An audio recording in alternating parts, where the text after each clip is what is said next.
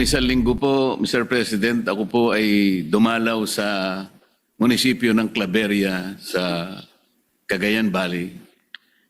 Kahit po tayo ay abala sa ating gawain dito, ay pinagbigyan ko po na mabisita yung mga magsasaka sa lugar na yon sapagkat una ko po silang nakausap noong 2022, Mr. President.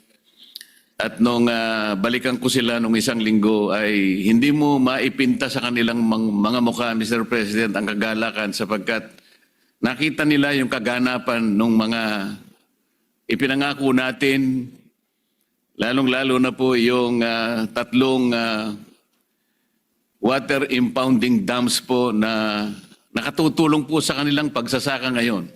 Tatlong barangay po yon, Mr. President, ang barangay Baksay, ang barangay Tabugan at saka yung barangay Union. Nakakaingit po ang nakita ko, Mr. President, sapagkat kagaya naman po ng alam nyo, ako rin po ay lumaking isang magsasaka. Sana yung nakita kong yon ay magawa sa iba't ibang panig ng ating bansa.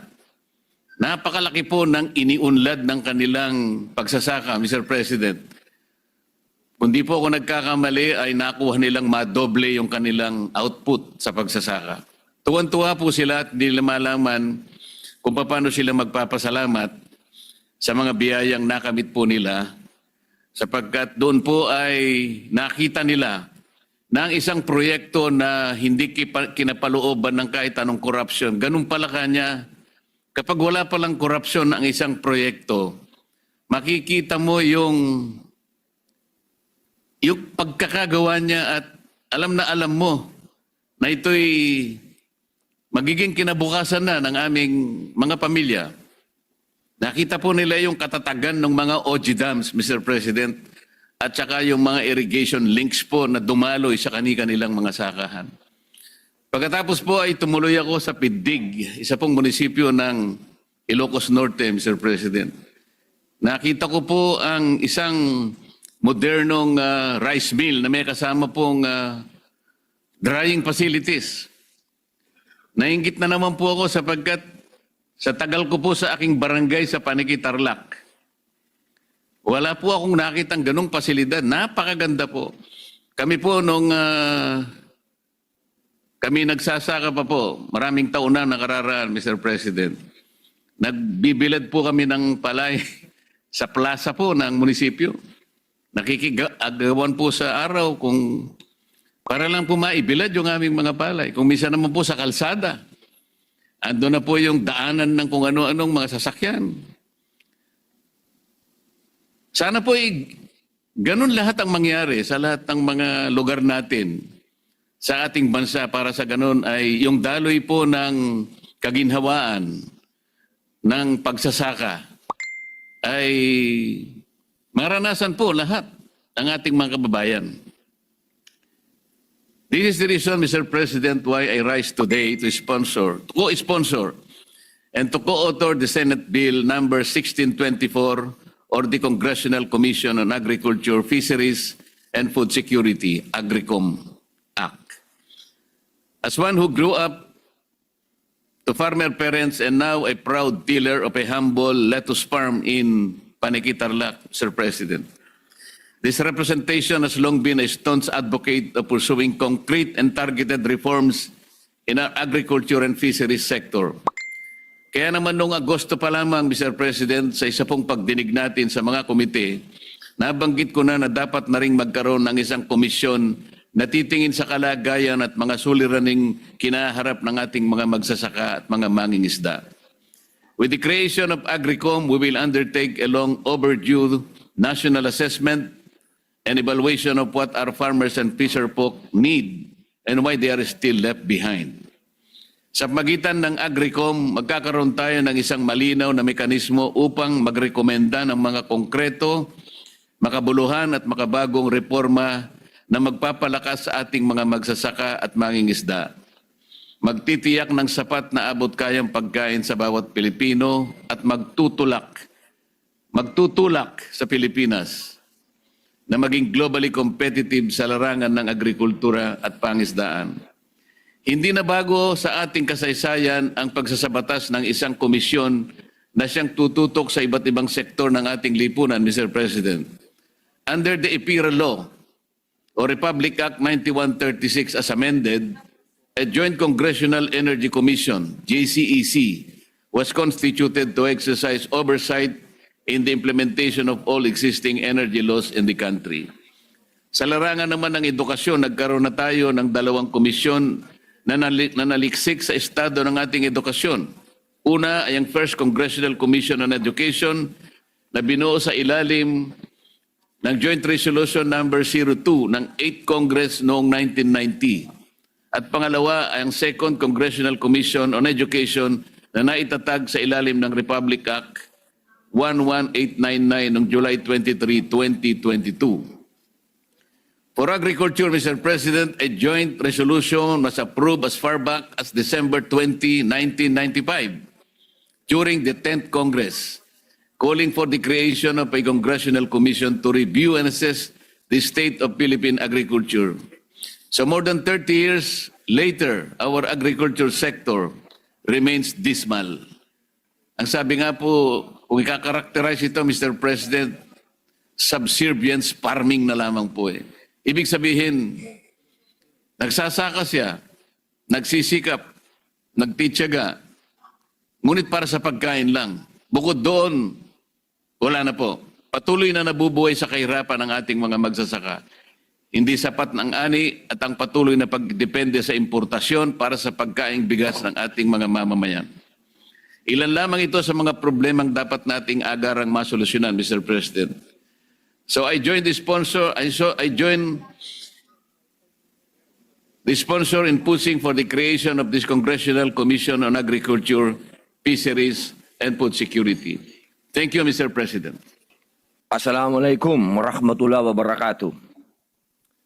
Magandang araw din po sa ating mga kasama. Ginoong Pangulo, buong galang po akong tumatayo upang i-co-sponsor ang Senate Bill number 1624 na nagtatatag ng Agricom na inihain po ng bayani ng magsasaka, Senator Kiko Pangilinan. Sa tulong po ng panukalang batas na ito, ang usapin ng pambansang seguridad sa agrikultura at pagkain ay nabibigyang tugon, kung saan ang mga panukalang reforma ay nakasentro sa mga magsasaka at mangingisda na siyang labis na naapektuhan ng magulong sistema at hindi nagtutugmang mga programa.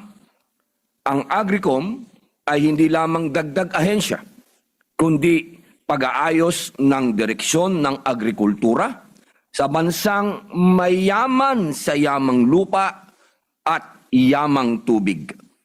Napapanahon na para sa isang komisyong magsusuri ng mga polisiya at gastusin ng sektor ng agrikultura at pangingisda upang palakasin ang koordinasyon nito sa pamahalaan at maglatag ng malinaw na reforma.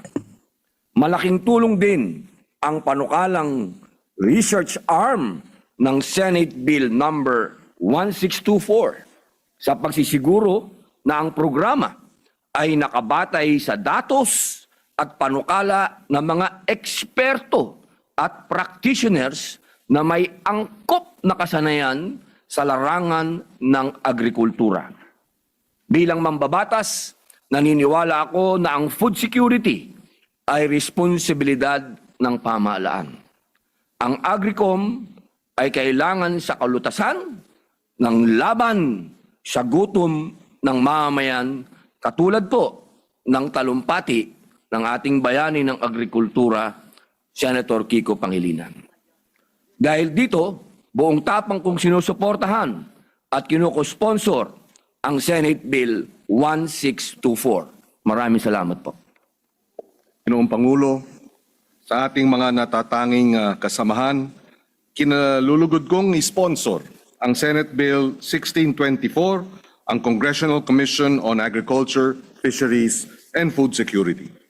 Nasa krisis ang agrikultura at pangingisda ng ating bansa. Krisis na ramdam sa buhay ng bawat Pilipino. Tulad ni Mang Ambo, na madaling araw pa lang sa Nueva Ecija ay nagahampas na ng lupa. Sa kanyang palayang ilang dekada na rin niyang sinasaka. Pataas ng pataas ang kanyang gastos, abono, krudo, at mga binhing huli kung dumating. Pagdating ay anihan. Trader ang nagdidikta ng presyo. Kulang na kulang ang napagbebentahan niya ng palay para makabayad sa mga inutang. Oo, meron siyang masasaing na bigas pero wala ng pera para ayusin ang sirang bubong o makapagtabi para sa susunod na bagyo. Wala rin sa 4 niyang anak ang gustong magsaka. Sa Santa Cruz, Manila naman, may isang nanay na 2 anak ang bibilang ng dalang barya sa tapat ng karinderya. 20 pesos na ang isang cup ng kanin, 1 cup of rice. Mahal kahit pritong galunggong at pakbet. Kaya ipagkakasya na lang niya ang 1 cup of rice para sa kanilang mag-iina at bibili na lang ng instant pansit canton na 20 pesos din. Hindi na siya pupunta sa talipapa. Kaya hindi niya, namamarites na maraming gulay galing Benguet ang nabubulok. Nabubulok lang. Hindi kilometro ang sukatan ng layo ng sakahan ni Mang Ambo at ng pinggan ng nasabing nanay. Nasusukat ang layo sa wasak na sistema, sa inaaksayang ani at sa mga patakarang hindi kumukonek. Ito ang krisis na kinahaharap natin. Nagkakandakakuba sa hirap at edad ang mga magsasaka at mangingisda, mataas at sumpungin ang presyo ng pagkain at milyong-milyong pamilyang Pilipino ang walang kakayahang kumain ng masustansya at sapat sa bansang mayaman ng dagat at lupa. The Agriculture, Fisheries and Food Security Commission is not just another committee.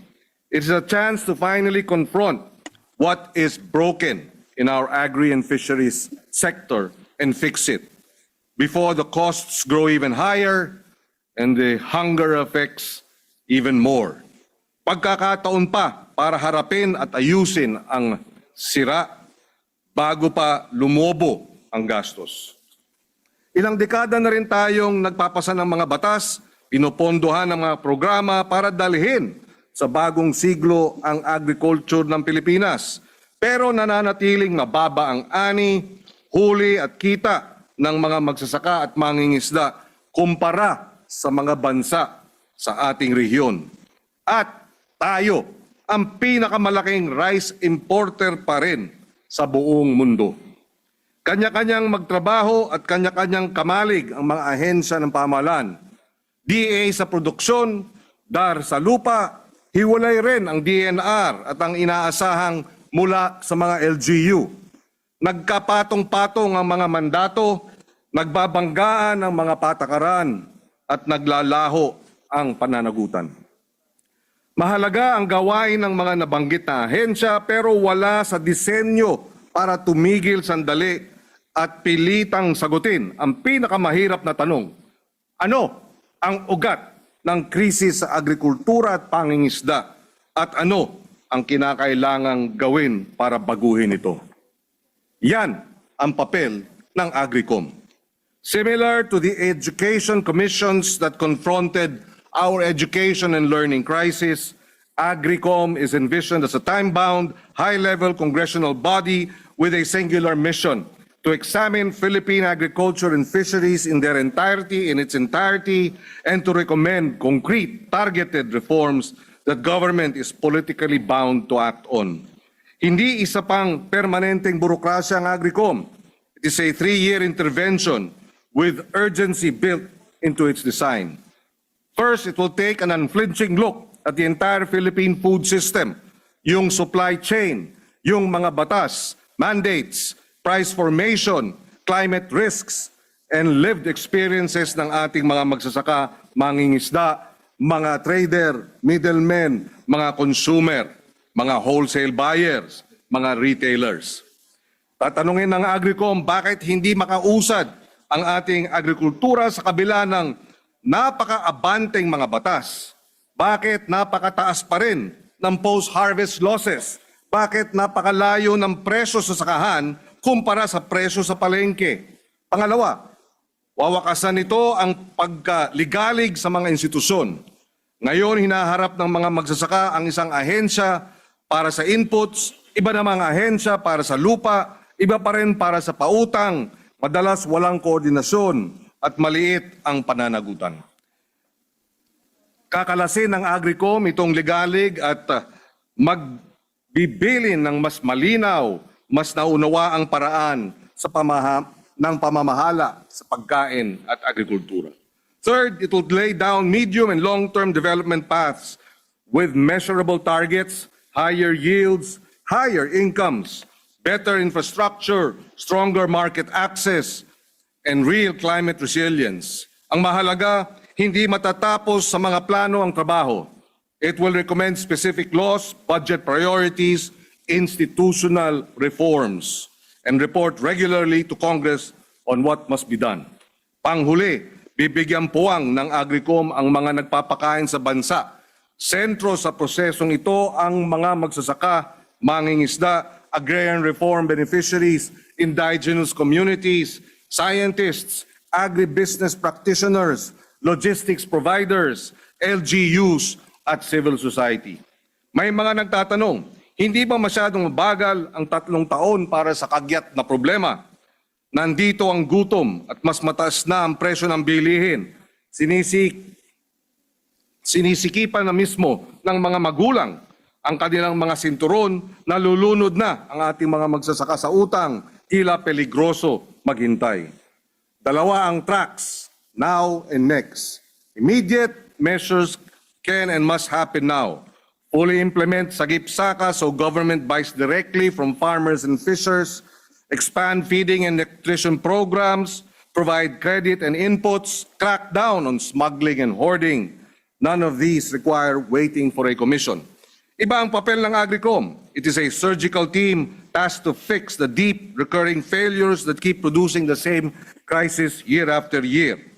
Fragmented mandates, misaligned incentives, weak extension and data systems, underinvestment in research and infrastructure, dysfunctional supply chains from farm to city, exploitative and oppressive economic relations in the agri and fisheries sector, and regulatory capture, corruption in the bureaucracy. Ano ang ibig sabihin ng tunay na food security? Sapat na kita para sa mga magsasaka at mangingisda. Mga sistema ng food production na kayang labanan ang pagbaha, pagtuyot, bumibili ang mga paaralan, mga ospital ng gobyerno, feeding programs mula sa local producers, pinatatatag ang pamilihan ng paggasta ng pamahalaan. Tumatagos ang mga layuning ito sa anumang ahensya at batas na may kinalaman sa pagkain. Walang iisang departamento ang makakapaghanay at makakapag-isa sa kanila. Kaya natin itatayo ang Agricom. Its value lies in creating a politically powerful, technically grounded center that can finally say, ito ang daan mula sa sakahan patungo sa pinggan. At ito ang mga kailangang reforma para madaanan ito. Mr. President, sa taong 2027, 30 taon na ang RA 8435 o ang Agriculture and Fisheries Modernization Act of 1997. At matapos ang halos 3 dekada, ang Pilipinas ang pinakamalaking importer ng bigas sa buong mundo, isa sa pinakamataas ang presyo ng pagkain sa Southeast Asia, at nasa doble ang poverty incidence sa hanay ng magsasaka at mangingisda kumpara sa buong populasyon. Sa huli, isang pasya o desisyon para sa maraming henerasyon ang Agricom.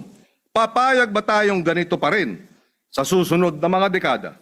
Na nauubos ang mga magsasaka, na hirap-hirap ang mga mangingisda sa mga sinisimot ng yamang dagat, na pataas ng pataas ang presyo ng pagkain kahit junk food, o gagamitin ba natin itong krisis para itayo muli ang isang bansang marunong pakainin ang sarili? Sisiguraduhin ng Agricom na ang Estado ay nasa likod at sumusuporta sa lahat ng nagtatanim at nangingisda. Ang tagal na nating ipinagliliban ang reforma, hindi na tayo makakapaghintay pa. Ngayon ang panahon ng pagkilos, buuin na natin ang Agri and Fisheries Food Security Commission. Huwag nating itapon ang pagkakataong ito. Salamat po. Thank you, Mr. President. I rise to co-sponsor Senate Bill number 1199, which proposes the creation of a Congressional Commission on Agriculture, Fisheries, and Food Security, or AGRICOM. For decades, our agriculture and fisheries sectors have been weighed down not by a lack of laws or programs, but by fragmented implementation, overlapping mandates, and the absence of a coherent whole-of-government approach. Agencies operate in silos. Policies often move in different directions, and resources are spread thinly, resulting in low productivity, persistent poverty among farmers and fisherfolk, and continuing threats to our food security. This measure responds to that structural weakness. AGRICOM is envisioned as a time-bound, independent, and data-driven commission that will comprehensively review existing policies, programs, and expenditures in agriculture and fisheries, identify conflicts and redundancies, and recommend targeted, measurable, and actionable reforms. It strengthens Congress's ability to exercise informed oversight and to legislate based on evidence rather than piecemeal interventions. The bill recognizes the interconnected realities of food security, climate change, rural development, and market competitiveness. By promoting coordination among national agencies, local governments, private sector, cooperatives, academia, and civil society, AGRICOM provides a platform for integrated solutions that respond to conditions on the ground. At a time when climate risks, supply chain disruptions, and rising food costs place increasing pressure on both producers and consumers, this measure offers a strategic and forward-looking path towards a more resilient, productive, and inclusive agriculture sector. For these reasons, Mr. President, I am honored to co-sponsor with a sponsor, Senator Kiko Pangilinan, and urge our colleagues to support the said measure. Thank you. Thank you, Senator Ligarda. Majority Leader.